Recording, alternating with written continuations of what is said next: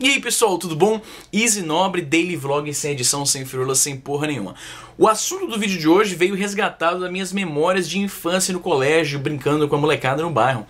Vocês lembram das lendas urbanas que rolavam quando a gente era moleque?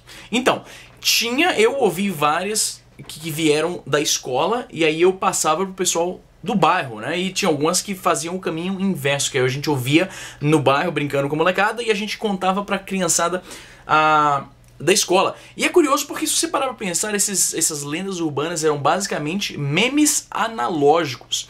Essencialmente, o que é um meme para começar essa conversa, né? O meme, a pronúncia em inglês que muita gente não sabe, até pessoas que moram aqui não sabem porque é o tipo de termo que não se fala coloquialmente com frequência. Meme é pronunciado meme, rimando com cream ou dream, né? Se você não sabia, agora você sabe. Então, um meme, conforme descrito pelo cara que basicamente inventou o termo, que é o biólogo Richard Dawkins. Sempre confundo Dawkins com Dawkins, enfim. Pior que eu tenho um livro dos caras aqui, não lembro o nome da porra do maluco, enfim. O meme, ele é basicamente, na teoria da genética, vamos dizer assim, ele é basicamente um pedacinho de informação que se repete. Ele é bem sucedido em se repetir, né? E o meme que a gente conhece de internet é basicamente isso, é uma brincadeira, uma piada, uma imagem, uma piada interna que, por cair no gosto das pessoas, né? Esse é o teste da seleção natural de um meme de internet, né? No meme da biologia, basicamente, eu não sou biólogo, então eu posso estar falando merda, mas o que eu entendo de ler por alto, como qualquer outro leigo, o meme genético é basicamente um pequeno pedacinho de informação que contribui positivamente para o indivíduo. Amigos biólogos, se eu estiver falando merda, sintam-se à vontade para corrigir aí embaixo. Então, na internet, o teste da seleção natural de um meme é se ele é engraçado o suficiente, se ele agrada as pessoas, se ele faz com que você se relacione, você se identifica de alguma forma com aquele meme e aí você passa ele para frente.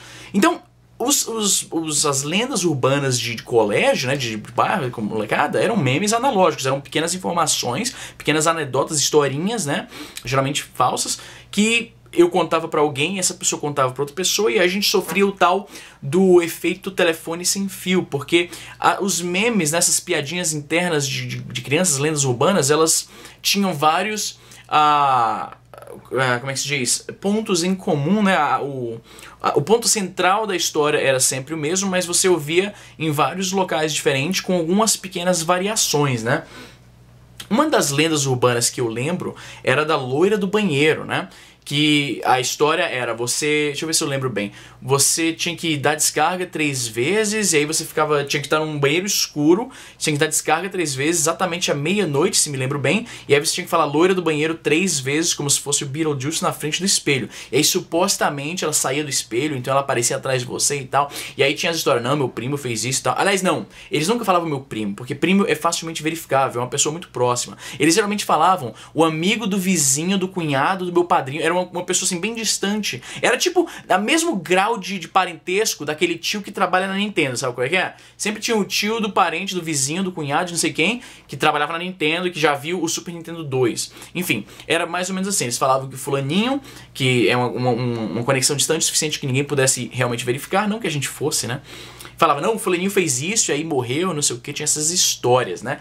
E aí outro meme também, se a gente pode chamar disso, era a tal brincadeira do copo. Você brincou, você conheceu a brincadeira do copo? Falando nisso, não tem copo d'água aqui hoje, por isso que minha boca tá seca. A brincadeira do copo era a versão tupiniquim, digamos assim, de um brinquedo que existe nos Estados Unidos chamado Ouija Board. Ouija Board, ou como é que é? Tábua de Ouija, né?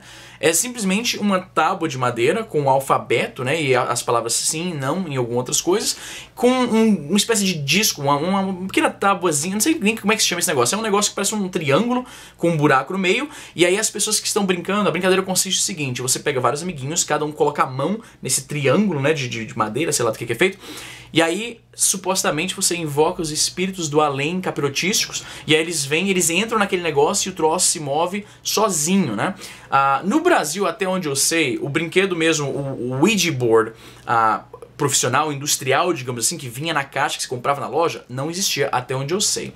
O que se fazia, pegava um caderno da Tilibra, aquele com a Ana Paula Rosa na capa, você escrevia as letras nas bordas como se fosse um círculo, pegava-se um copo, colocava o copo de cabeça para baixo no centro do negócio, todo mundo colocava o dedo, e aí o copo supostamente se movia sozinho, né? Eu, como muitos de vocês sabem, fui criado em um lar evangélico. Meu pai era pastor de uma igreja, minha mãe cantava e tocava guitarra na igreja, então eu ia pra igreja 3 vezes por semana. Tinha um culto culto de oração, culto de doutrina em que se ensinavam os dogmas e ensinamentos cristãos, de acordo com a interpretação daquela denominação cristã, na igreja Assembleia de Deus Bethesda, que era a igreja que eu fazia parte, e o culto de domingo, que é o culto que você conhece. Então eu era extremamente religioso, eu era bastante doutrinado, então eu acreditava muito nesse negócio de forças do além, o demônio, o capiroto e tal, não sei o quê. Então eu tinha muito medo de fazer esse negócio da brincadeira do copo. Então eu mesmo nunca fiz. Mas quando a história era passada pra gente, e a gente, querendo ou não, a gente veiculava essa história, a gente passava adiante essa história, por mais que você mesmo não fizesse essa brincadeira, tinha um elemento de que aquele espírito que tá dentro do copo, e sempre tinha um cara que falou que já fez e que viu o copo se mexendo e tudo mais.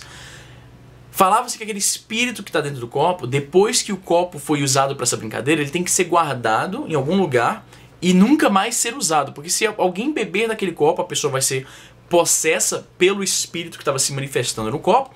Se alguém quebrar o copo, o espírito vai infernizar a vida, vai amaldiçoar a vida da pessoa que quebrou o copo, né? Como se fosse um saci, você captura o espírito num copinho, enfim.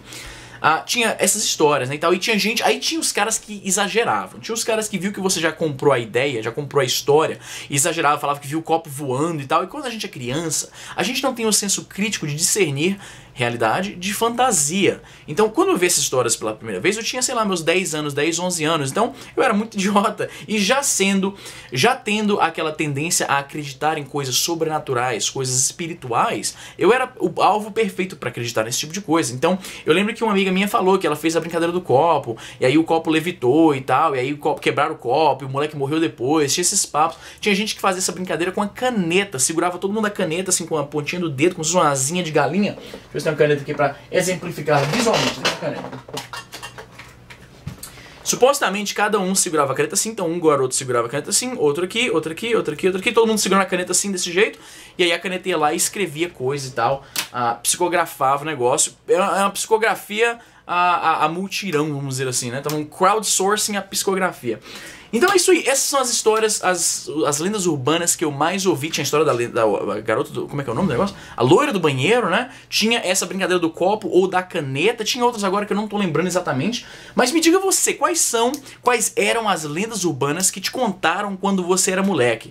What are you doing? Sorry. Are you dressed at least? Yes. Okay, good. E é isso aí, eu quero que vocês coloquem aí nos comentários quais eram as lendas urbanas em que vocês acreditavam. Quem aí tentou fazer alguma dessas lendas urbanas, se você repassou essas lendas urbanas pra frente, se você inventou uma, se você modificou uma o suficiente que elas pudessem se tornar, digamos assim, perfeitamente distinta da versão original. Eu quero que vocês me contem o seu relacionamento com essas historinhas, esses memes analógicos que a gente contava quando era criança. Coloque aí embaixo, como sempre, se você gostou desse vídeo, por favor, fortaleça aí. Clique no joinha, clique no se inscrever, clique nos favoritos e é isso aí. E essa semana, eu sei que eu tô atrasado, eu tô relapso, vocês sabem que eu sou ocupado, não vou ficar explicando isso de novo. Mas essa semana vai ter a resenha da porra do 3DS, vai ter a HBTV, vai ter tudo hoje. Então, hoje não, essa semana. E é isso aí, gente, até a próxima.